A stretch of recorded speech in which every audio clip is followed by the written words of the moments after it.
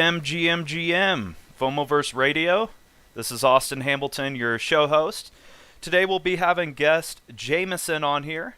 He's a Fomoverse holder number 728, co-creator of Lost Spaces, all the way from Queensland, Australia. Jameson, tell us a little bit about yourself. Hey, good morning, Austin, or GM. It truly is GM for me. It's six in the morning, but I'm up and bright and sparky and stoked to be on Fomoverse Radio. So I'm from Queensland in Australia, from a little town called the Sunshine Coast, I've been in the NFT space since February 2021. I was kind of lurking before then, but had no idea what I was looking at and was kind of too scared to spend any money on any of these JPEGs. Pulled the trigger in February 2021, and it's been a wild ride since then. I feel like if this were a prototypical interview, I'd be like, my hobbies include surfing, hiking, playing sports. So you do a lot of surfing down there where you're at? Yeah, definitely. Yeah, I've like some of your former guests, I have been surfing since I was a little kid, it's definitely one of the main sort of outdoor activities in this part of the world. And it's kind of like, for me, it's like it probably bundles like my fitness and my quasi meditation practice all into one. It kind of ticks a lot of boxes for me. So yeah.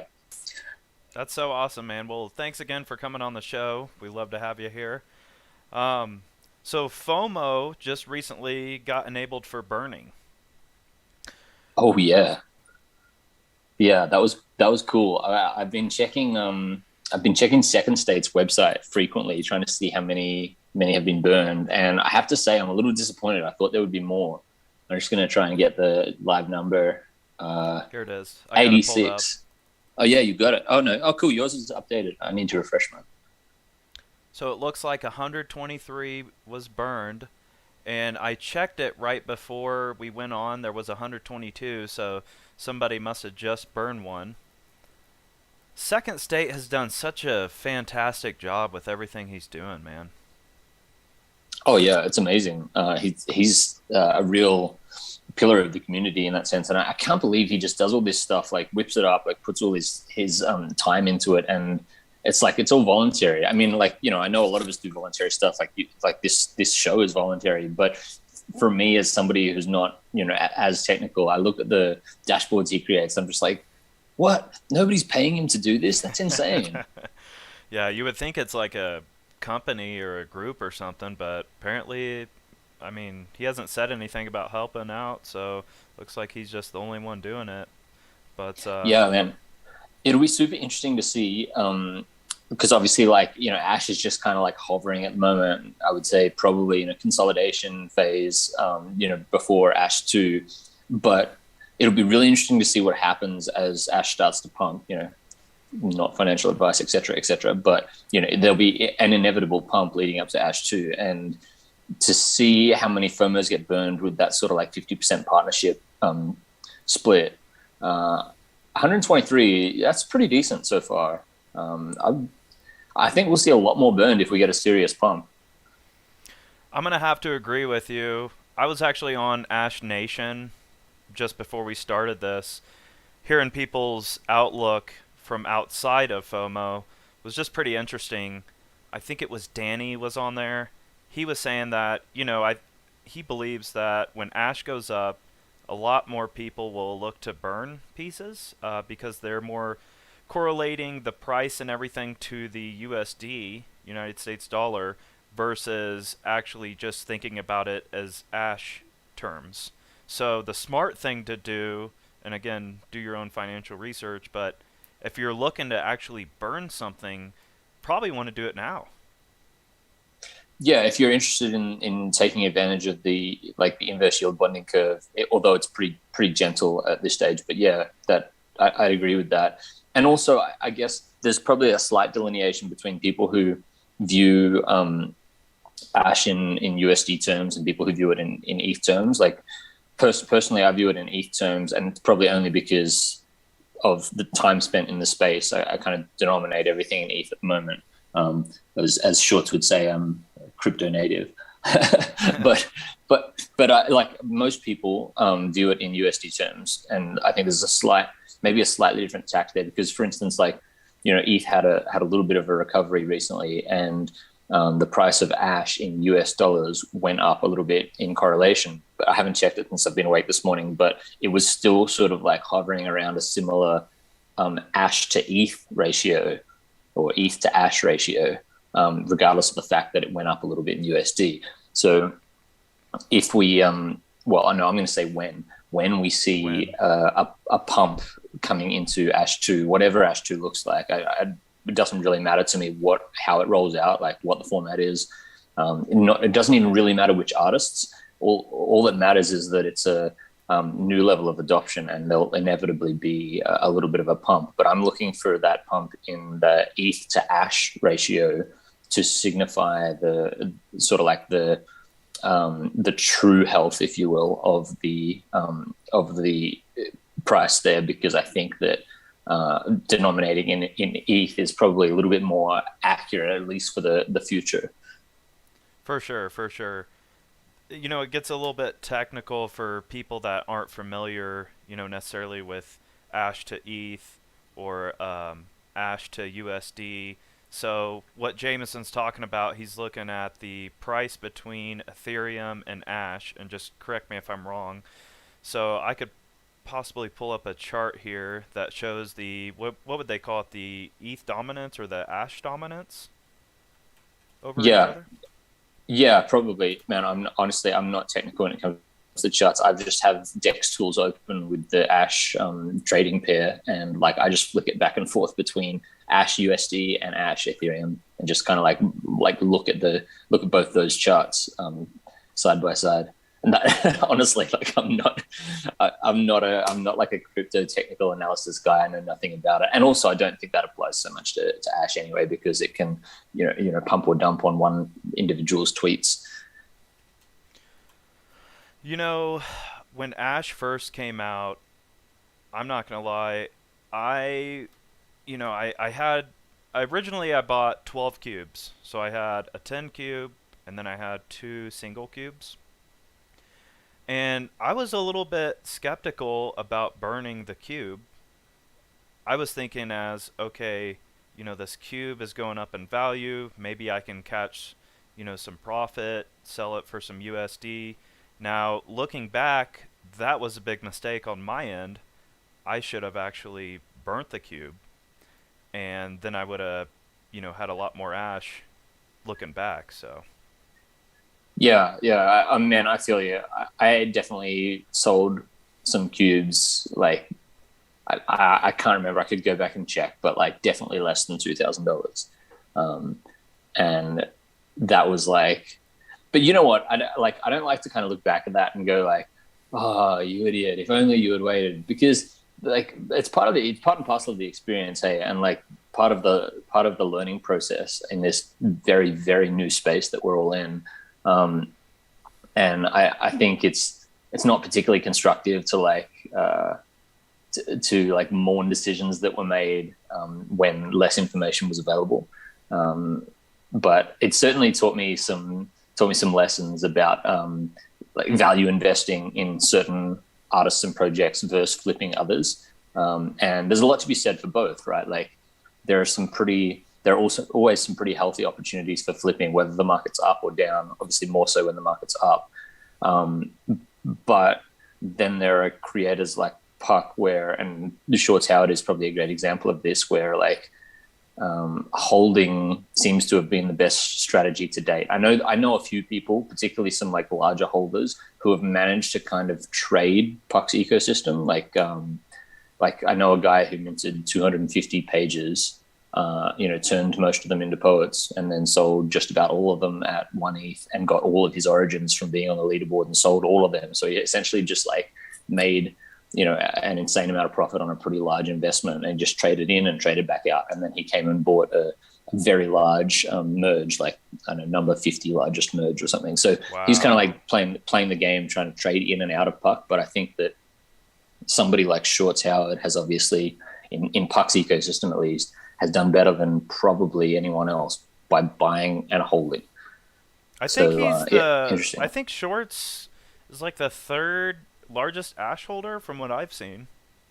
Yeah, yep, no, he definitely would be, and he doesn't even have all his Ash in one wallet, Oh which is that's boy. not a that's not a secret, by the way. Like I'm not, it's not like I'm supposed to keep that. Every like all of this shit is on the blockchain. That yeah, that's insane. I've just been following some of that stuff, and I know Pock from the recent Ash One drop raised over 300,000 Ash. Most of it was from carbon. Actually, what, 85% or whatever was from the carbon, and the other Ash, it was like 24,000, was from the one of one. Honestly, I thought it would go a lot higher. I was thinking it was going to be like 100,000 Ash, but maybe that's just me. Yeah, I thought it would go higher as well, and I've been thinking about perhaps why it didn't, and the thing that I've kind of come to the conclusion of, what I try to do is imagine myself in that position. Like I'm not whale enough to be bidding on a Park one of one, Oh no. but I try to imagine how I would be behaving if I were right. And if you're that much of a Puck supporter that you are bidding on a one of one piece in Ash, which is Puck's native cryptocurrency, there's a little bit of a conundrum there, right? Because if you're just looking to if you're just looking to buy the piece for the flex and for the collectorship, then it doesn't really matter what the price is to some extent. I know we heard Eric Young talk about buying the pixel, and I'll paraphrase horribly, but he basically said I felt like a statement needed to be made with this piece, and I wanted my name to be attached to it. Like it wasn't like he's not buying it because he thinks he might be able to flip it for 2x. But when it comes to something like that, that one of one from the Chapter One Astra, the conundrum I think is that by the time that 24-hour bidding period was over, the price of Ash was off its all-time high by quite a bit. And it never even got to its all-time high during that drop, but it was well off its all-time high. Actually, I can see the chart here. But so what you'd be considering, right, if you're bidding, you'd be considering the fact that you're about to let go of 25,000 plus Ash. And if you have sort of faith in Puck's ecosystem and Puck's ability to build as a creator, you're basically saying to yourself, okay, I'm going to exchange this 25,000 Ash for a one of one Puck. I know that the 25,000 Ash will increase in value over a given time horizon. Like it will absolutely 2x, it might 3x, it might 4x. And I know that there'll be liquidity there when it does, but I'm going to spend it on this one of one, which will be illiquid and will likely increase in value, but maybe not as many multiples as the Ash. And that really comes down to am I a hardcore long-term collector? Or so what I'm saying is in that position, I probably wouldn't have bid any higher than that if I were a quote unquote whale, because you're basically looking at your Ash balance and going, man, this is going to be worth 2, 3, 4 times as much in maybe a year's time. Obviously, again, not financial advice, not predictions, etc. But there's not too much guarantee that the piece you buy will be worth 3 or 4 times as much. So yeah, I found that an interesting thought exercise. Interesting perspective there. I was looking at all the bids from the very first start of Ash 1, and it looked like 4 bids came in at the exact same time, I mean. And the guy that started the bid, I think it was 160 Ash. Yeah. I think he paid a 4 Ethereum gas fee, if I heard right. Yeah. Yeah. I went and I actually looked at the transaction afterwards. And if memory serves me correct, I think it was 20,000 Gwei. Yeah, which is pretty nutty. But I don't think it was quite 4 ETH. I think it was around like 2.5 or 2.8 or something. Okay. But interesting, right? Because so if his transaction had failed, he wouldn't have paid anywhere near as much gas. Like he would have lost some ETH for sure, but he wouldn't have paid that amount. But the gamble paid off, right? I mean that essentially is worth what 2x now, or nearly 2x, just because he got a free carbon. So that was good gameplay. Yeah, he was pretty ballsy to do that, I want to say. Yeah, I seen there was like what 3 4 pages of people on Etherscan that had failed transactions, and I yeah, believe Pock said he was reimbursing people for that failed gas. Did you catch that? yeah. I saw that as well. Yeah, that's very kind of him or them. Uh, yeah, it's an interesting thought that like trying to get in so early. Like we had a Lost Spaces episode shortly before the drop, and all of the speakers sort of unanimously said like, hey, if you're bidding a relatively small amount of ash, you're probably going to get wrecked. Like this is a different type of gas where Yep. it's not like 10,000 people trying to get 5,000 mints, right? It's like, it's like a couple thousand people trying to get like one spot. It's just not going to work. Is what I think is ballsy is bidding a round number on Gwei. Like that guy bid 20,000 Gwei. Man, I never do round numbers on Gwei. Like the psychology of it, that if somebody else is like trying to bid in a similar range, that they're going to hit a round number. Like I would have done like 20,020 or something, or Mm-hmm. 20,200 or something like Just that. some random number. So that Yeah. makes me think of when FOMO first released. I was one of the lucky ones to actually mint it. I think I only ended up paying like $60 USD worth of gas. And it was insane because when I first saw the website, it was fomoverse.gg. I hopped on there. I actually had a buddy of mine on the call. You might have seen him on Discord and Twitter, King Chris 88. Yep. So me and him were on call, and we're like, "Oh crap, the drop's happening." So we both hop on there. We're both clicking, and I got a page that said, "Oops, you're too early," or something to that line. So I go, "Oh crap, I missed out." So I refreshed it, clicked it again, and then boom, my MetaMask started spinning. I went up to the settings, increased my gas price. I can't even remember what I set it to, but I set it like to the max ETH gas that I could pay at the time. I think I had like $800 USD worth of Ethereum. So I like bumped it up all the way, and it just said transaction complete, and it only ended up charging me like $60. And so I've had FOMO at Mint. I've never once listed it. I thought it was pretty cool watching Mexpex come in. I think he bought up the floor to like 8 ETH at one point. I think he's sold some since, but the whole minting thing was just very interesting because so many people were trying to hop on there and mint all at once. It was interesting. Yeah, I minted as well, and again, like similar to you, I feel like it was just good luck because it wasn't a particularly heavy gas war. I'm pretty sure I had um, a similar sort of like not a failed transaction, but like a almost like a failed Web 2 interaction on the website the first time I tried, and then same thing again. I tried again, and shamelessly, I then once I minted one, I tried to switch to a different wallet to see if I could mint another one, just like Oh, that's the cool. inherent well the inherent flipper in me, which I've actually since kind of changed a little bit because I feel like on limited edition sizes like that, it's kind of a little bit unfair, which is like why I didn't try to get a second carbon. But anyway, yeah, I tried, and then in that scenario, it was actually a failed gas transaction on the second go, so they went pretty darn quickly.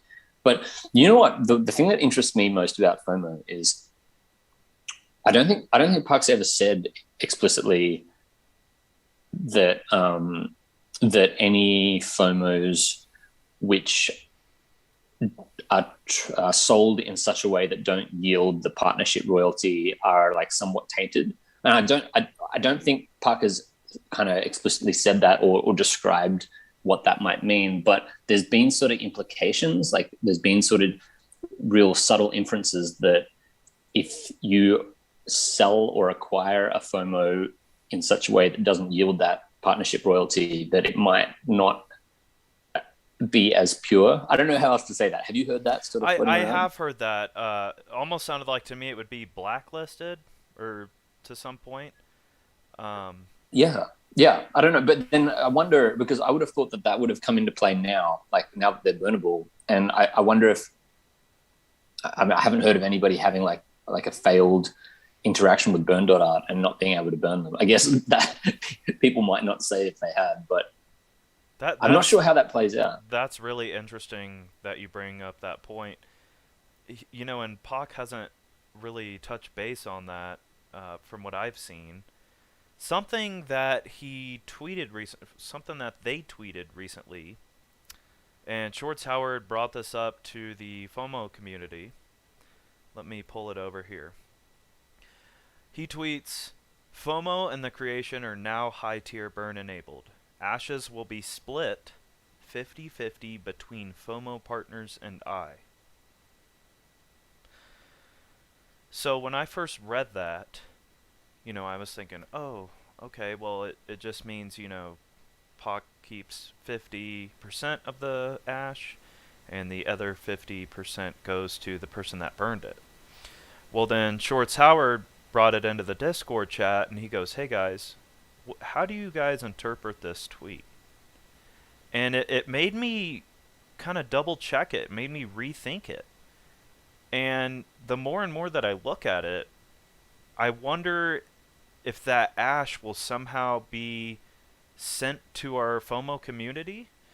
What are your thoughts on that, Jameson?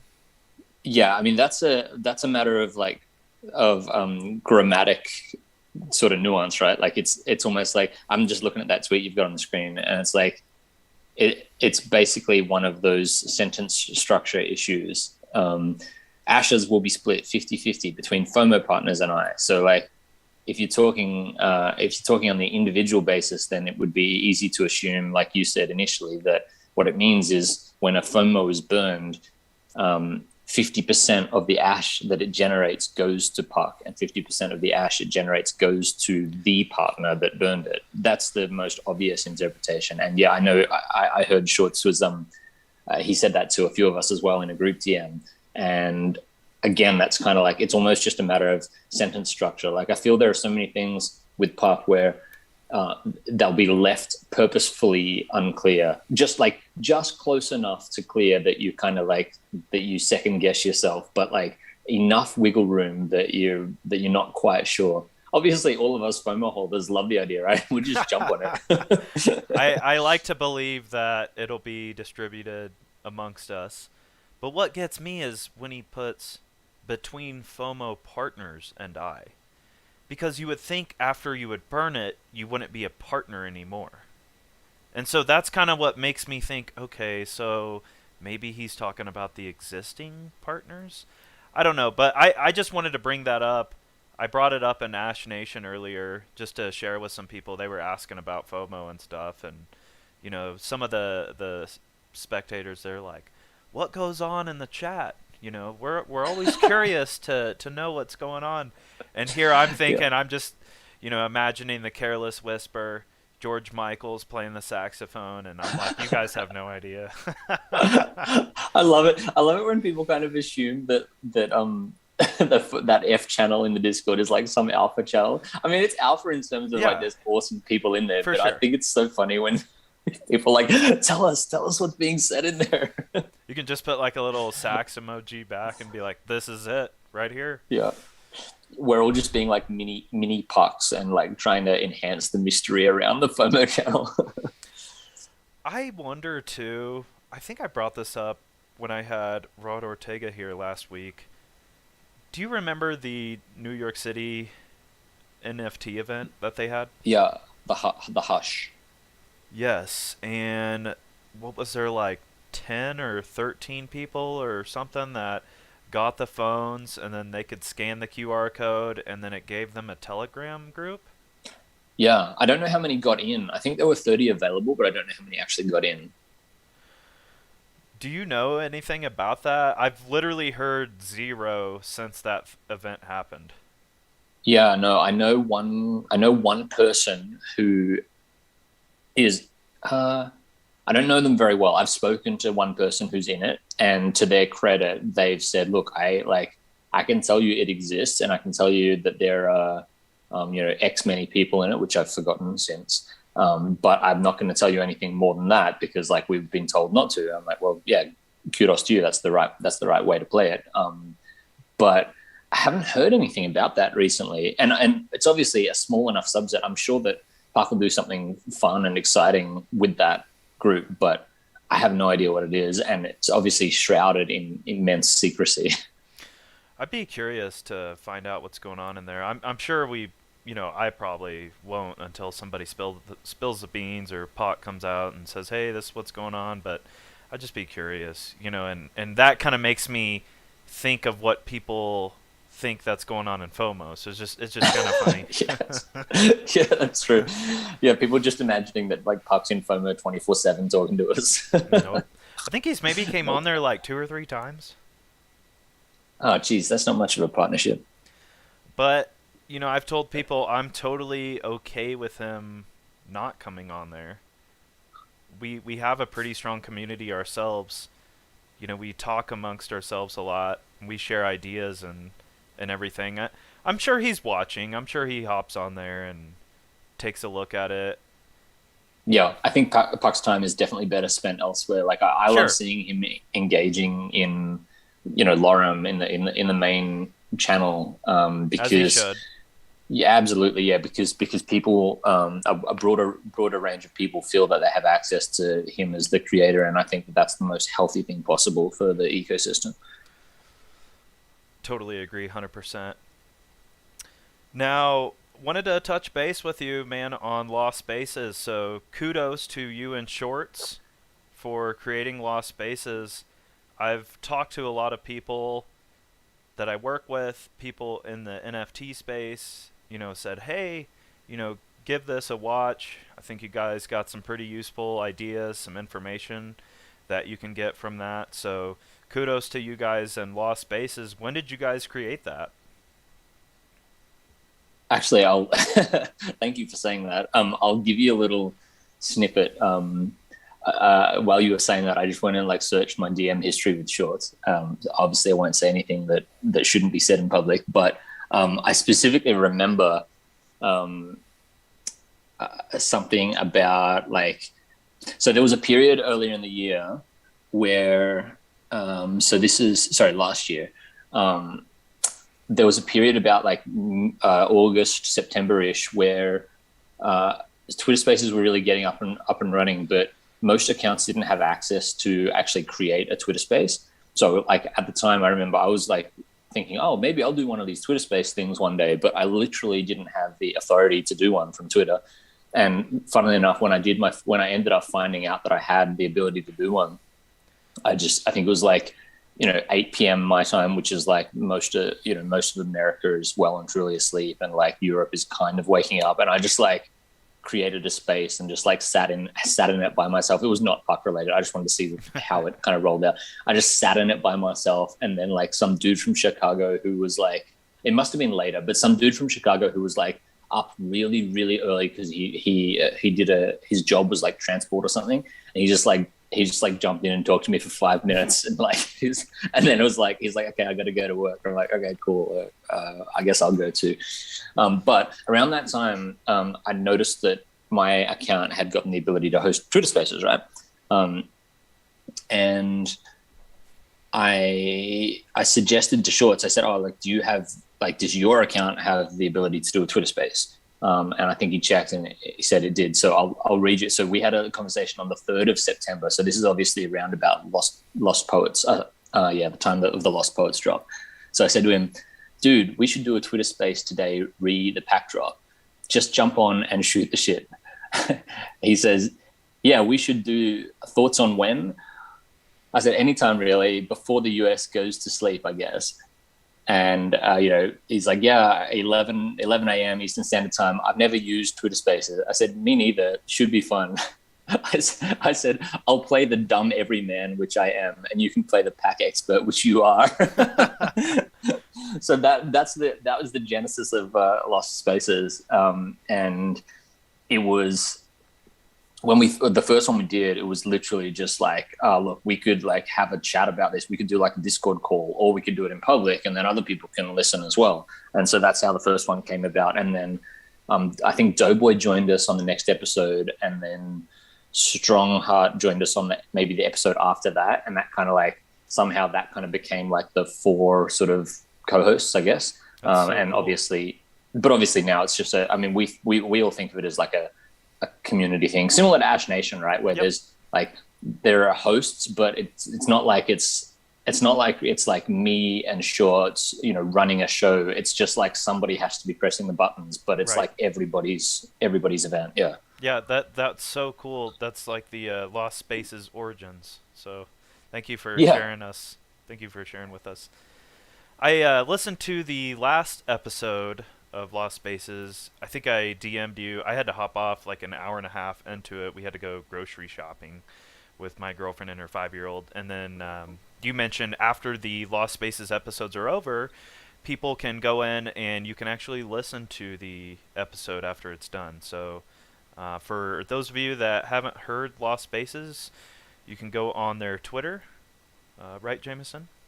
Yeah, you can go on Twitter. We're in a little bit of a transitional phase at the moment where we in the last 2 episodes, Twitter's given us the ability to actually record the space live in the link. So what we were doing before that is we were recording using like a third-party app, and then we were editing it up and putting it on SoundCloud.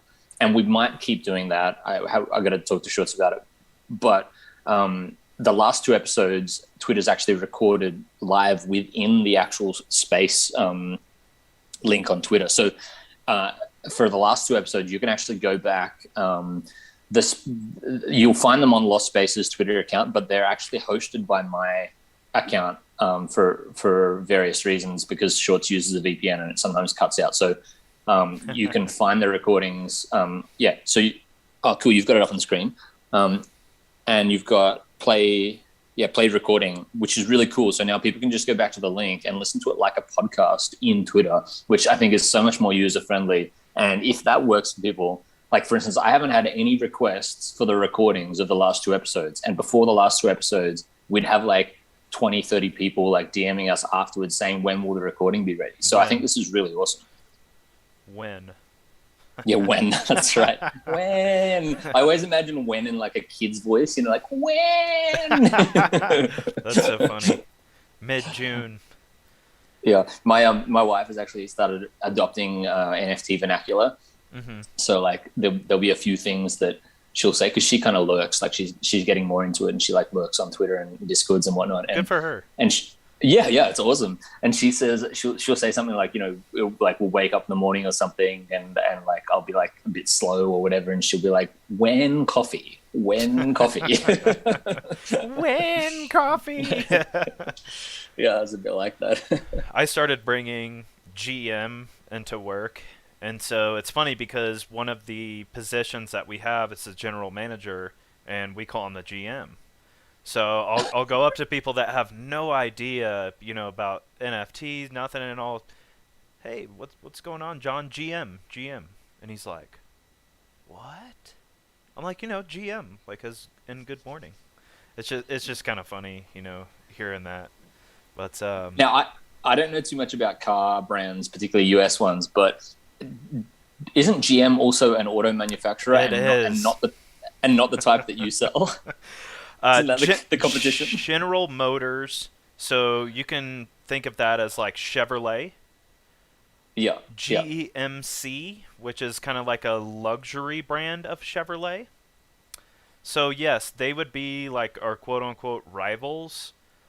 I would say like 100% of other manufacturers are rivals.